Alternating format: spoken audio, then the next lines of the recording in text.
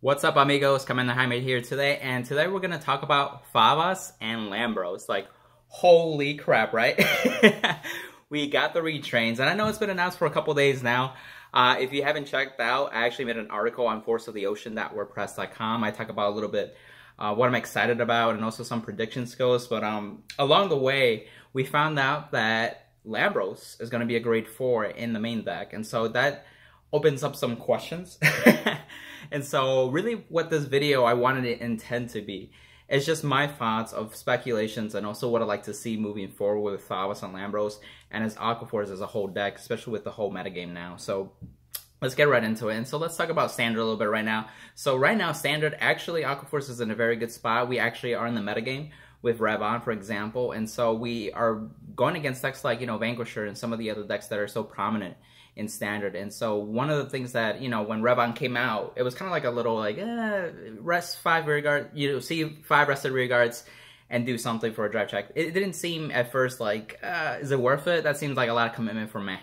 But then, of course, the support around that really changed the game for us and made Revon as a deck actually really viable to use. And so we're able to plop down a board, do multi-attack, power reduction, of course, not locking them, but power reducing them by 5k, and really just dish out a bunch of attacks and honestly get some advantage back, which kept your momentum going, still giving yourself some shield value to actually survive the next turn and repeat, and potentially get a crit, because, grade 3 skill for Revon gets a crit if you get a grade 3 in assault, right?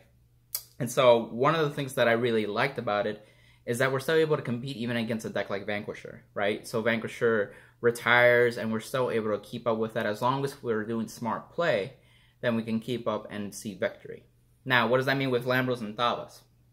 Well, since we already are coming in a good position from a prior metagame, moving into the next sets that are coming in the future, I would hope that we can either build off of the current support and actually push that to the next level. Honestly, what I like to see is something that is really nostalgic from what basically Thavas and Lambros have brought back in G era. So GBT old days and the child deck, right? Good old days.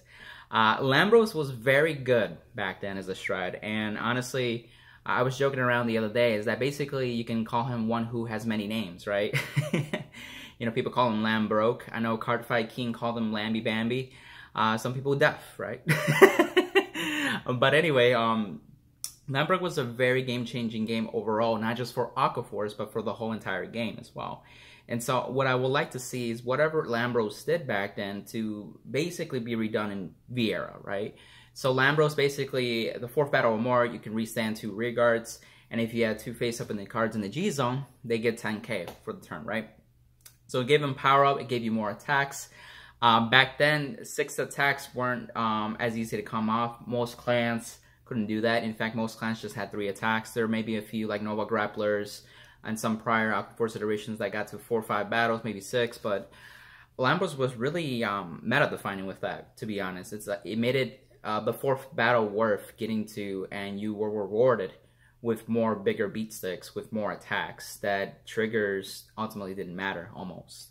And so seeing that in V-Era is something that I like to see. So for example, for Standard, because Lambros is a grade 4, there are some things that kind of worry me about that, and it's that the fact that we're not able to search it with Barragios.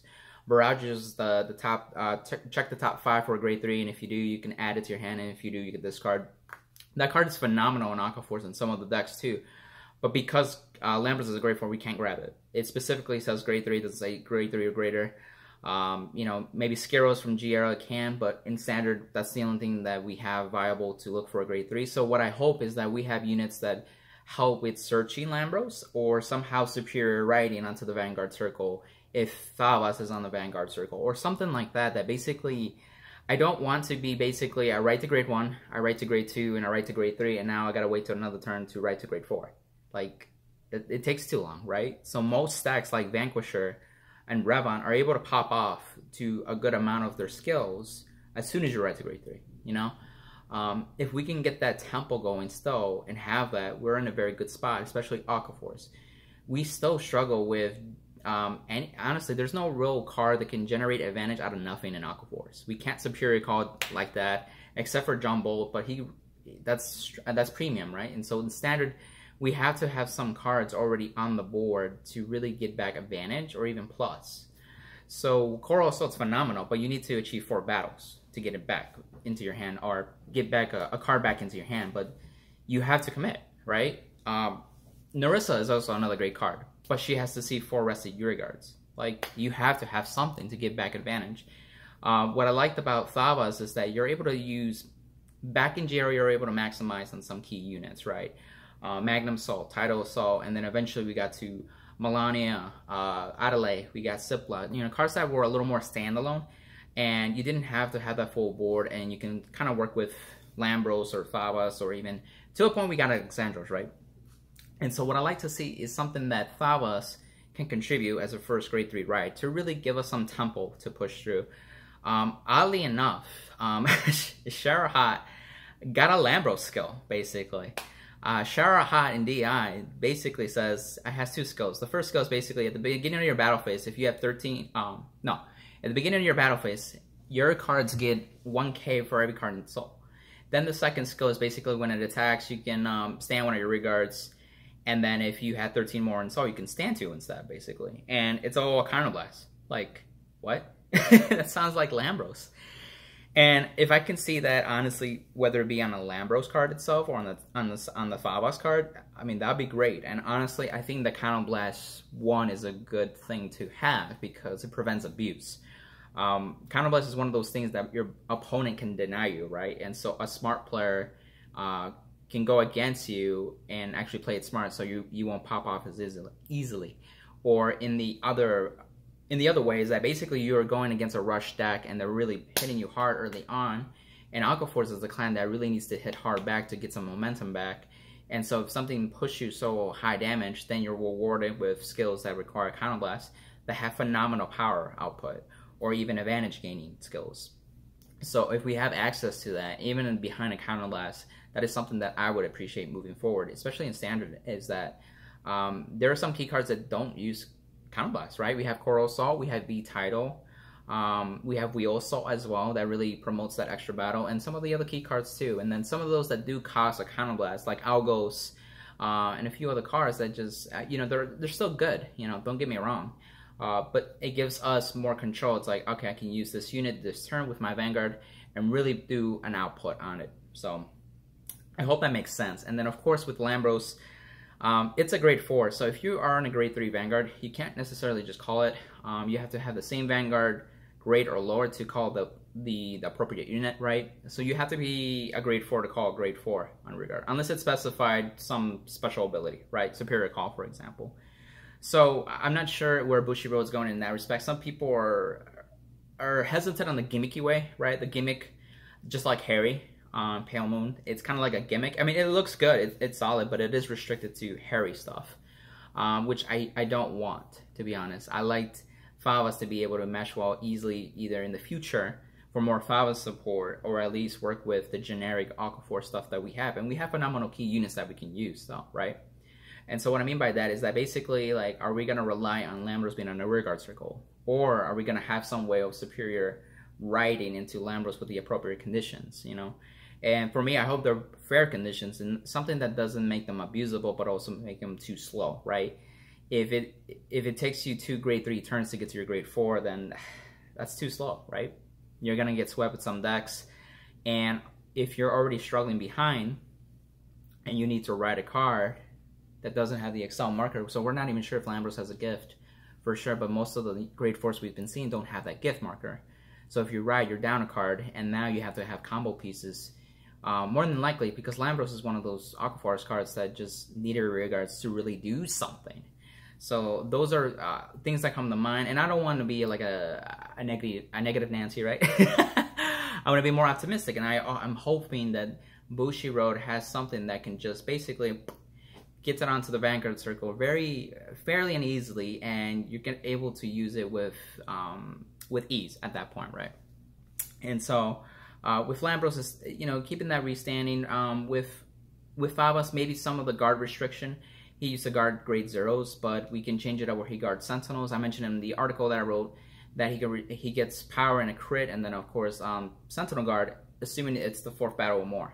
So, you know, you still have that 4th battle restriction, basically. And then Lambros can have something where it's like the new Shower Hot, where basically, instead of the 13 cards in Sol being the requirement, for Lambros it could be, if this is the 4th battle or more, then you can stand a 2nd rearguard. But if you didn't have that, you can still stand at least with 1 rearguard, and then the power-up will come up with some other condition.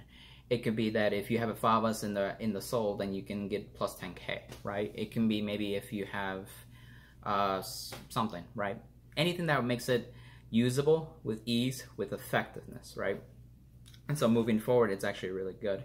And so that's more of the standard, right? And so with premium, assuming we're, you know, by then Cezanne is gone, and the meta starts stabilizing. I know Premium Collection 2020, there is some meta that is formed by now, but Cezanne is in the mix too, so it's still evolving, as I would call it. And so by the time we get to the release for the new Aquaphor set, I hope we reach to a stable point of a meta game that's predictable, right? And with that is that, okay, like Aquaphor has some decent, great cards. We have 2 builds. We have Riptide Premium, we have Revon Ripples Premium that honestly are our best contenders. We have access to the Jumbled Stride with the new crit that lets you stride, so you don't have to worry about not striding. We have other cards like Valeos, Alexandros, Lambros that still are there in our extra deck, or G-Zone, I should say. And it's just like, okay, how can we capitalize that with the new cards? And so cards like Thavas, if it's able, a Vanguard Rearguard Circle where you can actually be plus 10k and a crit and guard restriction like Sentinel restriction, that's actually a pretty solid rearguard skill to use. You had the Thavas name, and honestly, years ago when V-Era came out, it's like, if we just got a Thavas that was 12k base and an Excel gift, that would actually do so much for the Thavas deck in general. Now we're in VR 2 years in, and we have access to that now. We're getting that retrain, so we're able to use cards like Melania, Ale, Cipla, any of those Thavas restricted cards that honestly were very solid cards in our strategy. It promoted plays, and some of the generic stuff like Saber Float, High Tide Sniper, and other units, the OG title, right? And so it's just like, okay, so in an Excel gift marker, whether it be Excel 1 or 2, it gives my Adelaide become 16k base or 21k base, depending on the Excel type circle. It makes my Ciplas a little bit bigger, dealing with that, and then the skull making it even a bigger beat stack on its own. You can have more units on the field too, and actually accomplish that 4th battle. Or if you're using Alexandros now, it just had to be the 2nd or 3rd wave at that point, and at that point it was just really easy to accomplish without the Excel circle. But now having that, we can promote further attacks, and who knows, there can be some more solid rearguards that can just keep pushing that, basically. What I like about the new stuff is that if it's a grade 4, I wonder if there's some interactions that we can use. I know that there's Scaros that can check the top 5 for grade 3 or greater, but honestly, I don't see myself using Scaros because you have to ride them on Vanguard, and as soon as you ride them, you have to give that red tech skill to a rearguard, and that rearguard has to attack at least the 3rd wave to actually get the top 5 surge, which is at that point not really worth it. It's there, but I don't know, right? And so just thinking about that is that what do we need? Because we have to deal with other premium decks that honestly, Vanquisher's in a very good spot, right? We got DI with Gastille. We got some shenanigans with Gold Paladin and stuff. They still have Ezel. They still have the Sphere X play. Honestly, some of the decks that aren't showing as tops right now could potentially be topping in the next couple months, you know. Genesis got access to the Mordic Stride that can actually just stride during the battle phase regardless of grade, and so things like that we have to start thinking about. And a good one is that Thavas had access to inherit resistant units, and what I mean is that basically cards like Cipla, Melania that just had resist or gaining resist effects, and on top of Supreme Ruler giving resist, it was good against decks like Kagero that had the Nile Griffin, and Vanquisher that had the MP Dragon and Mega Colony with the Grisefort, right? And all those cards, right? And ultimately, the Cross got a retrain too, and that thing is really good. So if that, I have a feeling that's still going to be a thing for a while, and just dealing with Kagero and certain matchups like that, we're going to appreciate the resist gaining effects of like Cipla or Melania or any other units that can either be in the future, right? And so that's really nice. And so those are the things that I'm looking for. It's like we need some units that promote the old Lambros Thavas skill, and also just the support. So yeah.